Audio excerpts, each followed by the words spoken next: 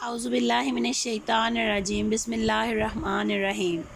السلام علیکم عزیز طالبہ، امید کرتی ہوں آپ سب اپنے گھروں میں خیر و عافیت سے ہوں گے۔ اسی کے ساتھ یہ بھی توقع ہے کہ آپ اپنا کام بخوبی سر انجام دے رہے ہوں گے۔ اپنی پڑھائی کو آگے بڑھاتے ہوئے ہم چلیں گے آج کے تدریسی سلسلہ کی طرف۔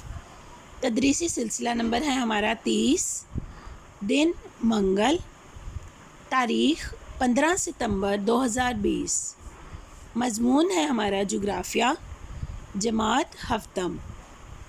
ڈائری ہماری جائے گی باب نمبر 4، پڑھائی یاد کریں، کتاب صفحہ نمبر 37 تا 38۔ اہم نکات ہماری پڑھائی میں کیا ہوں گے؟ زمین اور کرہ ہوائی کا گرم ہونا، درجہ حرارت کی عمودی تقسیم۔ جی تو ہمارا پہلا عنوان ہے کتاب صفحہ نمبر 37 پہ، زمین اور کرہ ہوائی کا گرم ہونا، heating of earth and the atmosphere, یعنی زمین اور کرہ ہوائی کا گرم ہونا۔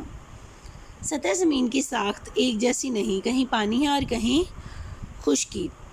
پانی کے مقابلے میں خشکی جلد گرم اور جلد سرد ہو جاتی ہے، اس لیے براعظم موسم گرما میں گرم اور موسم سرما میں سرد ہو جاتے ہیں۔ سورج کی شعاعیں کرہ ہوائی کو گرم کیے بغیر زمین کو گرم کرتی ہیں اور زمین اس حرارت کو ہوا میں منتقل کرتی ہے۔ کیونکہ یہ حرارت نیچے سے منتقل ہوتی ہے، اس لیے کرہ ہوائی نیچے زیادہ گرم اور اوپر کم گرم ہوتا ہے۔ دن کے وقت زمین سورج کی شعاعوں سے حرارت حاصل کرتی ہے اور رات کے وقت زمین حرارت خارج کرتی ہے۔ کرہ ہوائی اس حرارت کو آہستہ آہستہ خارج کرتا ہے۔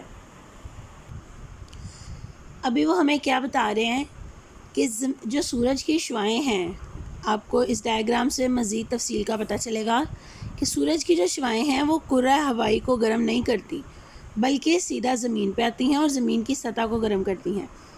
زمین کی سطح جو ہے ان شعاعوں کو ریفلیکٹ کرتی ہے تو تب وہ شعاعیں کرہ ہوائی کو گرم کرتی ہیں، اور یہی وجہ ہے کہ کرہ ہوائی کا جو نچلا حصہ ہوتا ہے وہ زیادہ گرم ہوتا ہے بنسبت اوپر والے حصے کے۔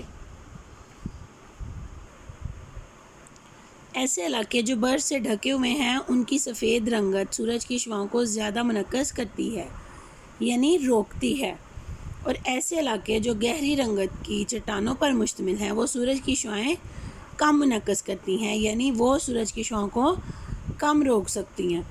زیادہ تر شعاعوں کو جذب کر لیتے ہیں، اس لیے مقابلتاً بہت گرم ہوتے ہیں، یعنی پہاڑ، چٹانیں وغیرہ جو ہیں وہ ان سورج سے آنے والی شعاعوں کو جذب کر لیتے ہیں، اپنے اندر آبزرو کر لیتے ہیں، اس لیے جو ہے وہ بہت زیادہ گرم ہوتے ہیں۔ زمین جن شعاعوں کو جذب کرتی ہے ان کے اخراج سے کرہ ہوائی گرم ہوتا ہے۔ اس کے بعد ہمارے پاس درجہ حرارت کی عمودی تقسیم، یعنی ورٹیکل ڈسٹریبیوشن آف ٹمپریچر۔ زمین کرہ ہوائی کے نچلے حصے کو گرم کرتی ہے اور پھر یہ حرارت بالائی ہوائی کرے تک پہنچتی ہے۔ اس لائن کا مطلب کیا ہے؟ جیسا کہ ہم نے پیچھے بھی پڑھا کہ زمین کی جو شعاعیں ہیں وہ کرہ ہوائی کے نچلے حصے کو گرم کرتی ہیں، اور وہیں سے یہ شعاعیں جو ہیں بالائی یعنی اوپر والے کرہ ہوائی تک پہنچتی ہیں۔ اس بات سے کیا ثابت ہو رہا ہے وہ بتا رہے ہیں۔ اس سے یہ بات ثابت ہو جاتی ہے کہ زیریں کرہ زیادہ گرم ہے، زیریں کرہ یعنی نچلا حصہ، اور جیسے جیسے ہم اوپر کی طرف جائیں درجہ حرارت کم ہو جاتا ہے اور یہ حرارت کی عمودی تقسیم کہلاتی ہے۔ ہر 1000 میٹر کی بلندی پر اوسط 6.5 درجے سینٹی گریڈ درجہ حرارت کم ہو جاتا ہے۔ سطح زمین پر کہیں سمندر، کہیں صحرا، کہیں میدان اور پہاڑ وغیرہ موجود ہیں۔ اس اختلاف کی وجہ سے یہ شرح بھی تبدیل ہوتی رہتی ہے۔ صبح اور شام کے وقت سورج کی شعاعیں زمین پر ترچھی پڑتی ہیں، اس لیے گرمی کم ہوتی ہے۔ دن کے 12 بجے سورج کی شعاعیں عموداً پڑتی ہیں، اس لیے گرمی زیادہ ہوتی ہے۔ اچھا جی، آپ کی ریڈنگ سے منسلک ایک مفصل سوال بھی ہے، مفصل سوال نمبر 2۔ سوال کیا ہے ہمارے پاس؟ مفصل سوال نمبر 2 ہے ہمارے پاس، درجہ حرارت کی عمودی تقسیم بیان کریں۔ یہ سوال آپ کو آپ کے نوٹس پہ مل جائے گا۔ یہ سوال ہماری آج کی پڑھائی سے منسلک ہے، جو ہم نے پڑھائی ابھی کی ہے اسی کے متعلق ہے یہ سوال۔ آپ نے اس سوال کو بہت ہی بخوبی یاد بھی کرنا ہے اور اپنے نیٹ رجسٹر پر لکھنا بھی ہے۔